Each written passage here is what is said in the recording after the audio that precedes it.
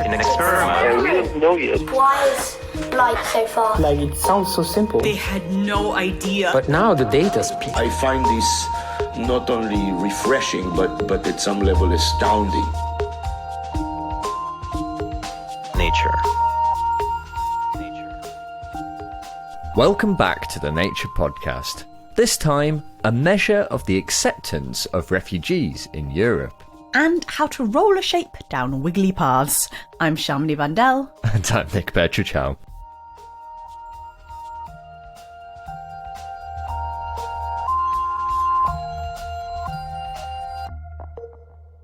How welcome are refugees in Europe? It's a particularly poignant question right now, with the war in Ukraine creating millions of refugees. And this has come shortly after what's known as the Syrian refugee crisis in 2015 to 2016, where around 2 million people were seeking asylum in Europe. And these are both in addition to displacements of people from places like Afghanistan, Iraq, and Eritrea. One answer to this question seems to be that Ukrainian refugees are welcome in Europe, whereas other refugees may be less so. This is how the situation is often described in the media, although some surveys have suggested that actually the Ukrainian crisis has made people more welcoming of refugees overall. Another answer to the question is that the repeated crises are leading to a reduction in support for refugees in Europe, and there has been a notable rise in support for right-wing political parties who tend to be less welcoming towards refugees. So, how welcome are refugees? And why are some seemingly more welcome than others? This week, a paper in Nature attempts to answer these questions. I caught up with Dominik Hangartner, one of the authors, and asked him how they went about it. So what we've done is that we fielded a large-scale survey experiment. And in particular, we used a method which is called a conjoint experiment that has been around since the 70s, often used in marketing, where people were shown different types of mobile phones. They differ on different dimensions and attributes, and then people are asked, which one would you buy? And so this survey experiment, we fielded to about 15,000 people across 15 European countries. And so both in terms of the scope of countries and the size of the sample, we have a lot of data to work with.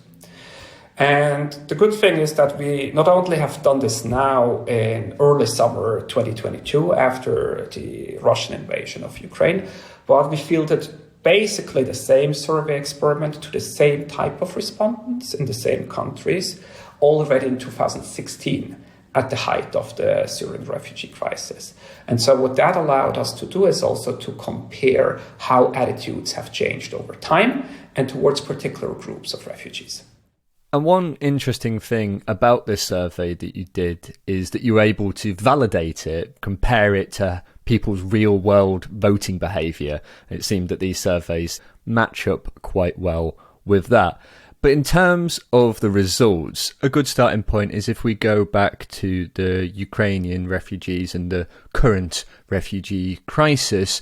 What were the sort of attributes that people preferred for refugees during this time? And how did that compare to the sort of 2016 time? To answer the second question first, if that's okay, across a wide range of attributes and respondents, we found a lot of stability in terms of preferences, meaning the same type of characteristics that were preferred in 2016 were those that were preferred in 2022. Could you tell me what the sort of idealised refugee was then in terms of people's attitudes? Which was the refugee that people were most accepting of? So for both 2016 and 22, we basically find three main drivers that shape attitudes towards asylum seekers and refugees. One is that they prefer refugees that make bigger contribution to the host country economy. Refugees that are higher skilled, refugees that are younger, refugees who are more fluent in the host country language. The second thing that we found is that people who are fleeing from war or persecution are preferred over those who seek better economic opportunities. And asylum seekers with more consistent asylum testimonies are preferred over those with major gaps. And the last driver that we found is that religion matters, right? That Christian and agnostic refugees are preferred over those that are Muslim. And one thing that you didn't mention there, but I'm sure people may be wondering, is did you find an effect of race or ethnicity here? That's a great question. So what we buried is country of origin, but not race or ethnicity separately. One of the reasons is that in many of the places that where refugees come from, these are obviously not the same thing, but it's heavily correlated, right? Interestingly, country of origin only had fairly small effects on its own. And again, in 2022, we see a slight preference for people from Ukraine over those from other origin country like Syria or Iraq. But these differences are really small, especially compared to some of the effect of some of these other characteristics, including skill level of the occupation, age, or religion. So there are key things then that seem to be driving whether or not people are supportive of refugees. But what about the overall support?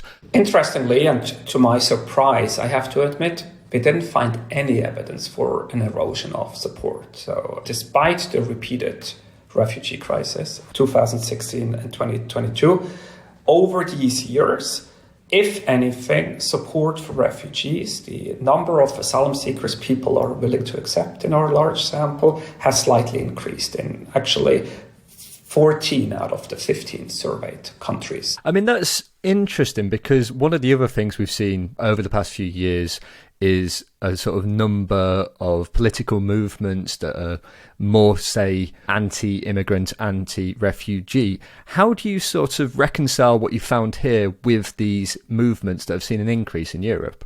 Part of this question goes beyond what we've done in the study, and I don't want to speculate, but we can also subset a sample of our respondents by their general political attitudes, if they place themselves rather on the left or to the right of the political spectrum. And not surprisingly, people who are on the right in general have more skeptical attitudes towards refugees and are less willing to admit larger number of asylum seekers and refugees than people on the left. And we replicate that finding in our study as well.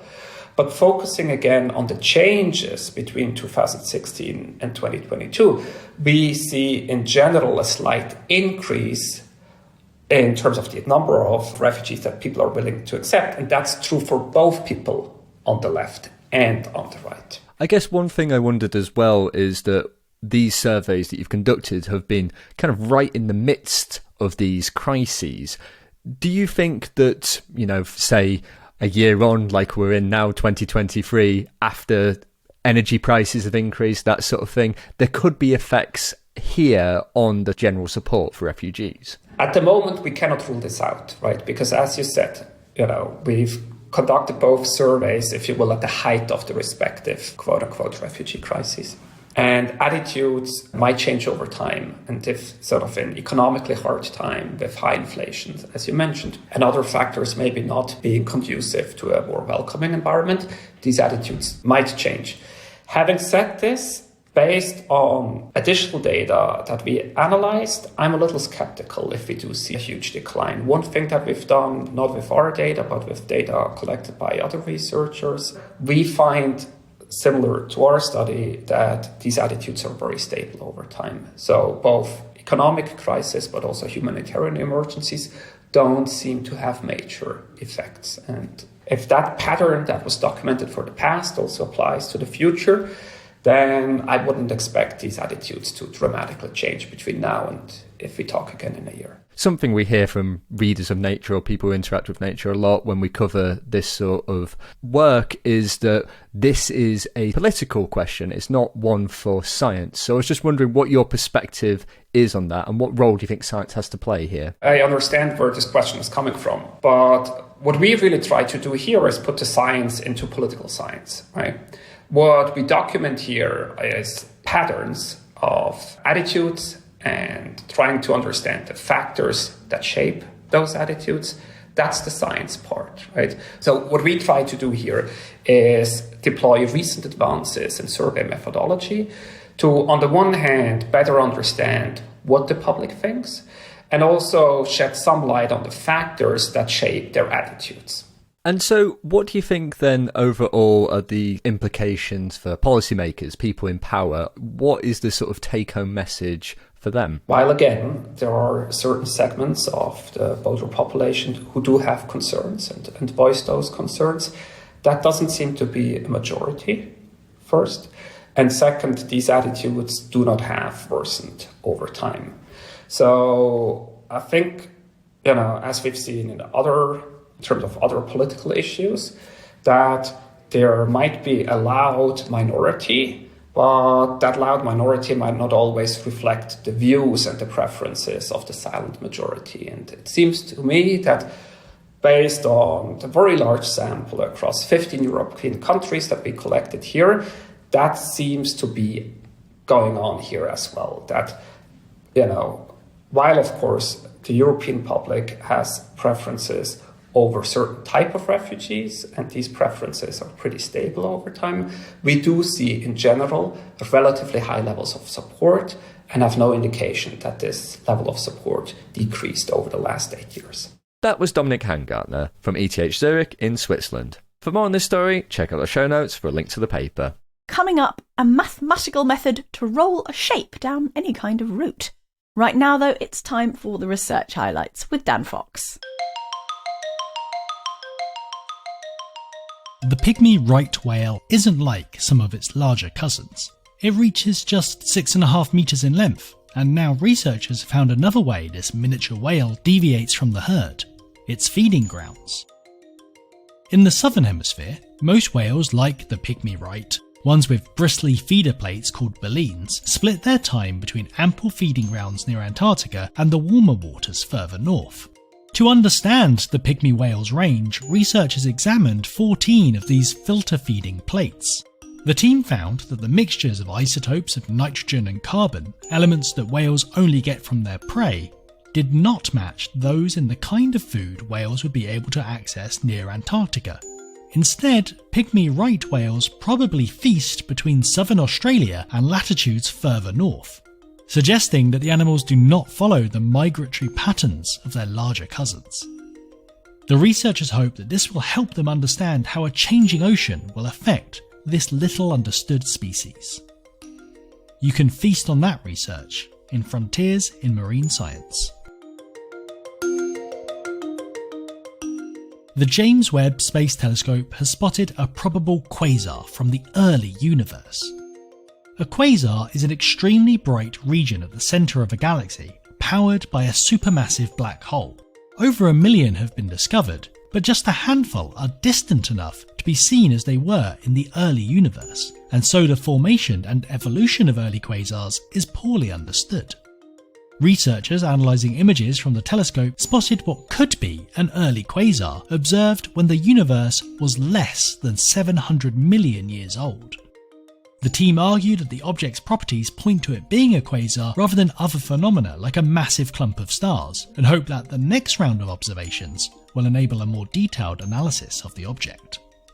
You can find that paper in the Astrophysical Journal.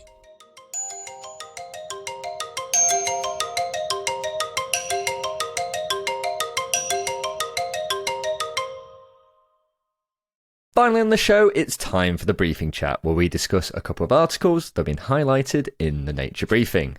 Shamini, what have you been reading this week? Reading. I've been skimping out on the homework and doing no reading. Instead, I have spoken to a researcher who's part of a team that's got a paper out in Nature, and I've made a film on it. So I'll tell you where you can find that at the end. But it's a very mathsy story, but it's sort of complex maths that ends up looking like a children's toy. And what I want you to imagine is a sort of a little plastic ball, but instead of a sphere, instead of round, it's kind of a funky shape. It's got kind of a bit missing from this corner and a bit sticking out there.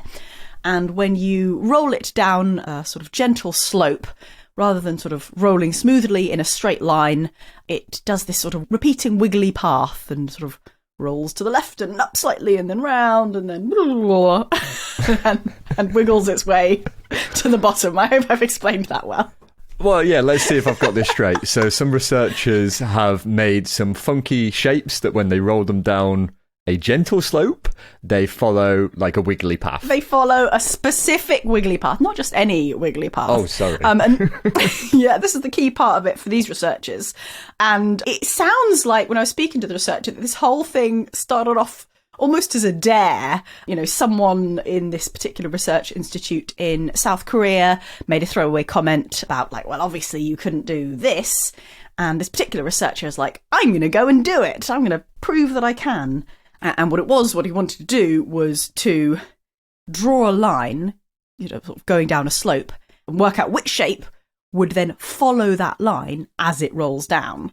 And that was the start of what has now become this paper, where they've made an algorithm that will do this for them, where they can draw a line, a path, essentially, and the algorithm will say, here is the precise shape you need to wobble along down that particular path that you've just drawn. There's such a fascinating little bit of research, but, you know, I'm a successful graduate of primary school, so I'm familiar with the idea that different shapes roll differently.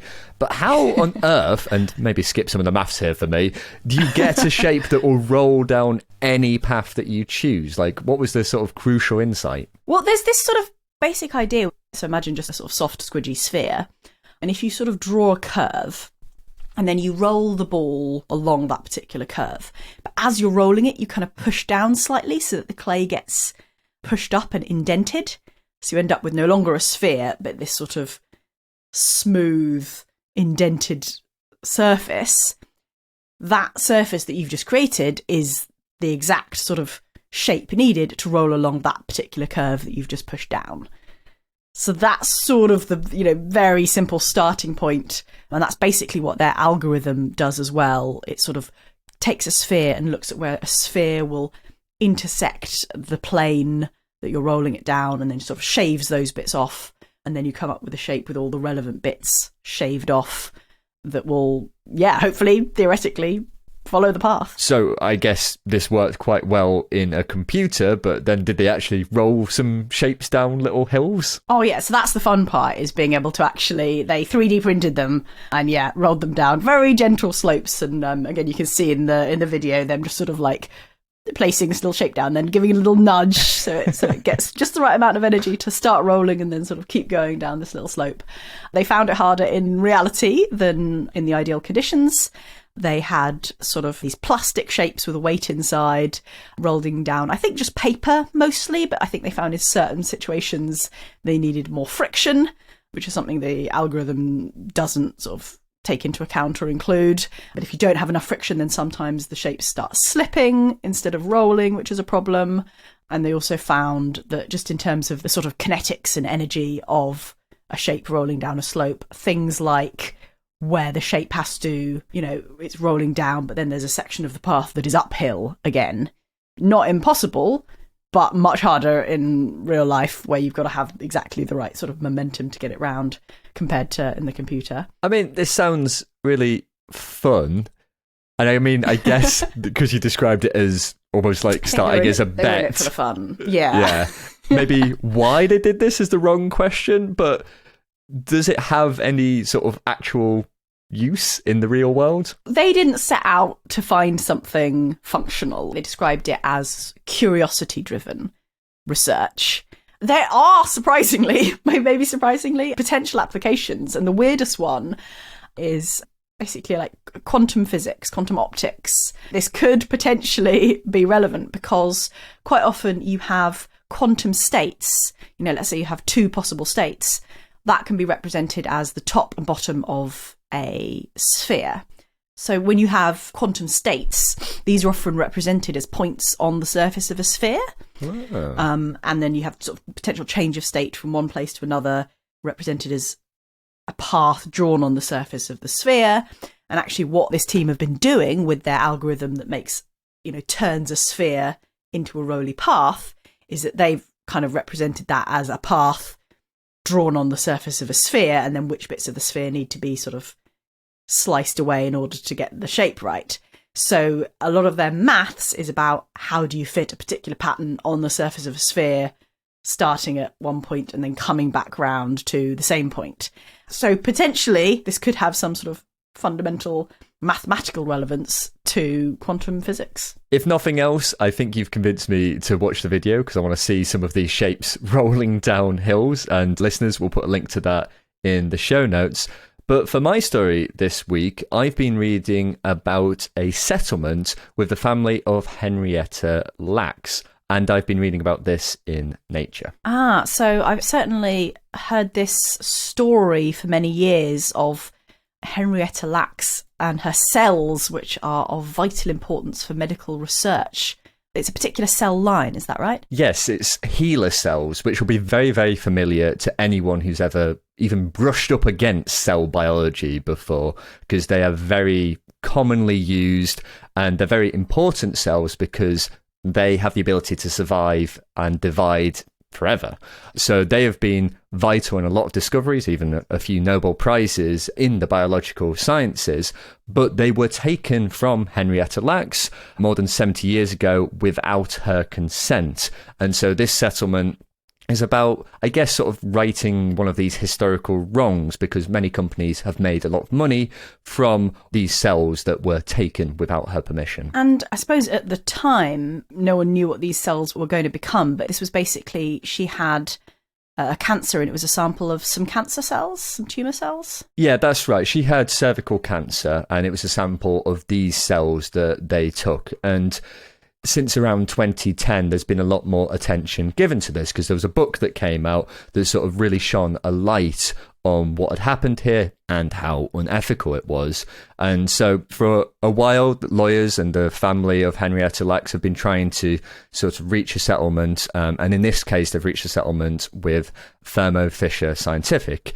And you know, the family has said they're really proud of the research that has been done, but this is sort of like, as I say, sort of righting this historical wrong. Because she was completely unrecognised for this, you know, almost unbelievably huge contribution for so long. But I wonder, are there other cases like this? Now that this sort of particular settlement has been made, is this the end of it, or might there be other similar cases? Well, this settlement is the first of its kind, so it may set a precedent for future settlements. We don't know the details because this was a settlement reached outside of court, so exactly what was agreed between the parties is not public, but what one of the lawyers representing the family has said is that other lawsuits might follow because there are other companies who have been using HeLa cells and profiting from them, and so he said they may pursue litigation for that.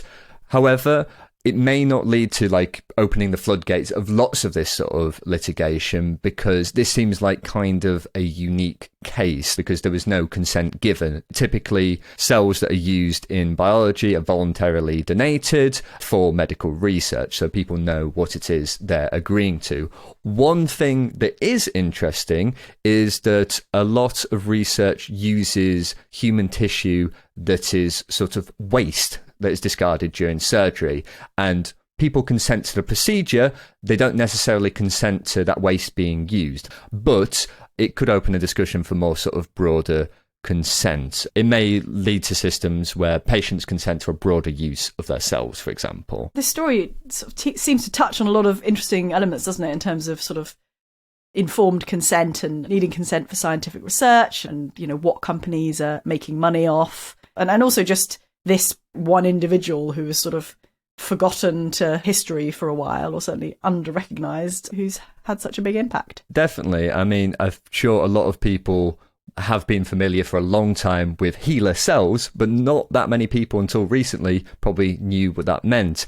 And the other thing this touches on as well is the sort of racial inequities that are sort of embedded in research. Lacks was a black woman, and the hospital where these cells were taken was one of a few that provided medical care to black people, and then companies have profited from that. So there's a lot of aspects to this, and in the light of the Black Lives Matter movements and things like that, there have been some sort of reparations, like the Howard Hughes Medical Institute made a 6-figure gift to a Henrietta Lacks Foundation in recognition of this. So there's a lot of things to draw from this, and there's a lot more that we can think out in terms of ethics of research and how things are used in the future. I think this case really highlights how things can go wrong and what we can try and do to avoid that going forward. Well, that is fascinating. Thank you, Nick. And listeners, we've got more on these stories. You can check out the show notes for some links, and you can also sign up for the Nature Briefing there and get more stories like these delivered to your email. And of course, if Shamini's description of rolling shapes has piqued your interest, you can find it on our YouTube channel. We'll put a link to that in the show notes as well. Speaking of YouTube, the podcast, this very podcast that you are now listening to, is actually currently available on YouTube. So if you prefer to listen to your podcasts via YouTube, you can find it there. Let us know what you think. If you want to get in touch with us about that or anything else, as always, we're on Twitter @NaturePodcast, or you can send an email to podcast@nature.com. I'm Shamini Bundell. And I'm Nick Petrochow. Thanks for listening.